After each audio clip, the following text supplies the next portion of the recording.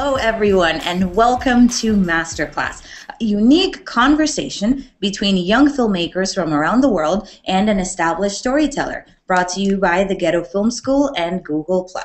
My name is Gloria Alvarez. I'm a Ghetto Film School alumna, and I'll be moderating today's Hangout. We are very excited to be coming at you from the headquarters of GFS in the South Bronx in New York City. For the last two sessions, we were all over the place. We took you to Vegas, we took you to LA, and now we're back home. And we are very excited because today we have a good friend of ours teaching the class. Mr. Joshua Marston is joining us. Welcome, Josh.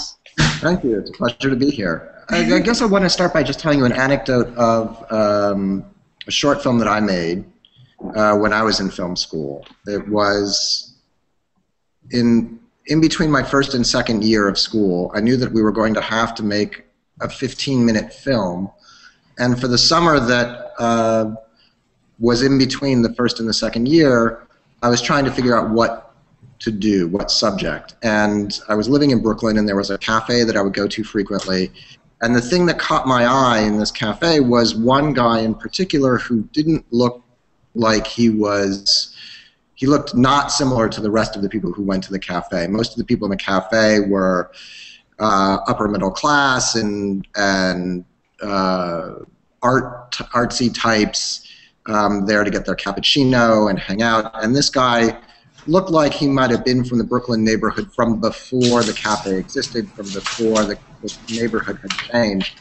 And I struck up a conversation with him, and I was immediately fascinated by the way that he talked. He definitely had a thick Brooklyn accent, and he started talking to me about, among other things, betting and betting on racehorses.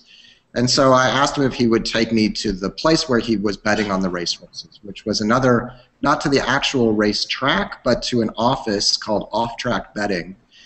And so we agreed to meet another day, and we met at the cafe. And as we walked from the cafe to the place, he started giving me all of his theories about how to choose the right horses. And he had actually taken a piece of newspaper and written on the piece of newspaper, I guess he didn't have any white paper, all of his rules. And at the top it said, rules for a winning day. And then halfway to the place, he asked me if I wanted to go in 50-50 with him, and he convinced me to stop at the bank and take out, I can't remember how much money, I think it might have been like $40. I think we each contributed $40. And the rule was that we would split the bets and split the winnings, but that he would make all of the choices about the horses. And so we got there, and he made all of the choices. And the interesting thing was that he made all of the bets in advance. For the 4 or 5 hours of horse races, he was able to go to the window and place all of the bets in 5 minutes. And so then it was just a process of waiting, which in a way was the most interesting thing for me, because it meant that I could watch the way that he interacted with all of the other people there. And I immediately realized that he was a regular. And I began to be fascinated not only with who he was and how he spoke, but the relationships he had with other people who were gamblers. And what was most interesting about this place is that gambling cuts across class and race and whatever your social situation is, and there were all sorts of people there. And it became just a very interesting window into a world that I didn't know.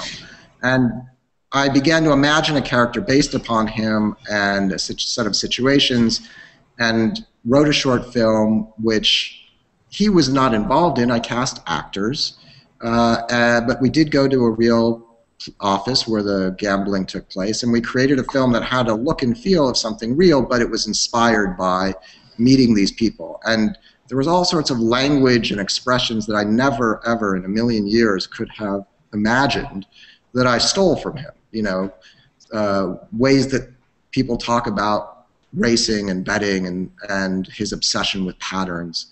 And so for me, it was a very interesting experience. And I guess that was one of the things that I was thinking about when I came up with today's assignment. One of the most important things is listening, is that you have to know how to listen carefully and ask the right question, and both allow people to lead you to discover things that you wouldn't know, but also know when to guide them in the direction of what you are interested in. And I think one of the most important things is not to assume that you can imagine who they are or what's happening in their head. Frequently, I realize that I might be in a situation and I'm a little bit shy or nervous, and so I say to myself, well, I don't really need to have a conversation with that person because I can imagine who they are. And the truth, of course, is that I can't imagine who they are, or even if I can, there will be something that they would tell me that I would never know. And I think the most important thing is to get over being shy and being nervous and actually have the conversation, because for me, that's the real enjoyment of writing, is that you get to have that discovery. I think that's very important, that you continue to talk to them and that you look for things that are surprising. Look for, the idea in this assignment is to discover new places and new people, to learn something that you don't already know. When I read the interview that you imagined, what I'm reading is who you imagine these people to be.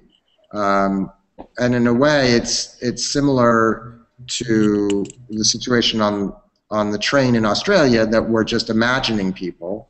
And I think we have an opportunity to actually find real people and to create something specific. I think the most important thing when you create a character is that the character is specific.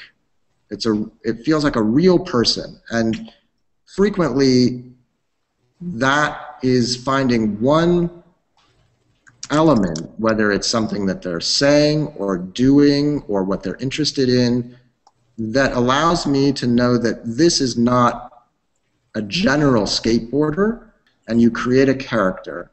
That's the first thing, is to have a specific character.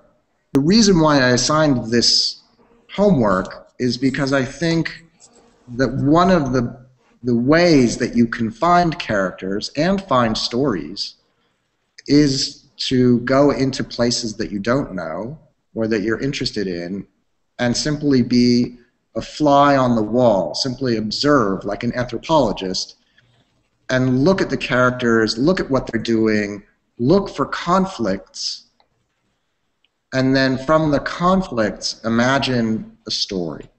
Answer is it can go in any direction, and I think for me there are 3 pillars on which a story is founded. 3 things that you must have by the time you're shooting: story, characters, and theme. Those are the 3 most important things: story, characters, and theme. I tend to find that I will usually start with 1.5. Awesome. Great. Then with that, our class has come to an end. You guys, please join me in thanking Joshua so much for doing this today in a virtual applause. Virtual applause. Thanks, Joshua. Thank you. Thanks to all of you. Thank you for doing this assignment. Awesome. Great. And thank you for assigning it and for coming up with it. I thought it was really amazing to see what all of our students did with it. It was just fascinating to discover all these new places through their eyes. So for everyone watching, thank you for tuning in to our latest episode of the GFS MasterClass. If you want more information about what we do, or you want to be one of the lucky filmmakers that are joining us today, you could go to ghettofilm.org. Thank you, and we'll see you in the next class. Say goodbye, you guys. Bye. Bye. Bye.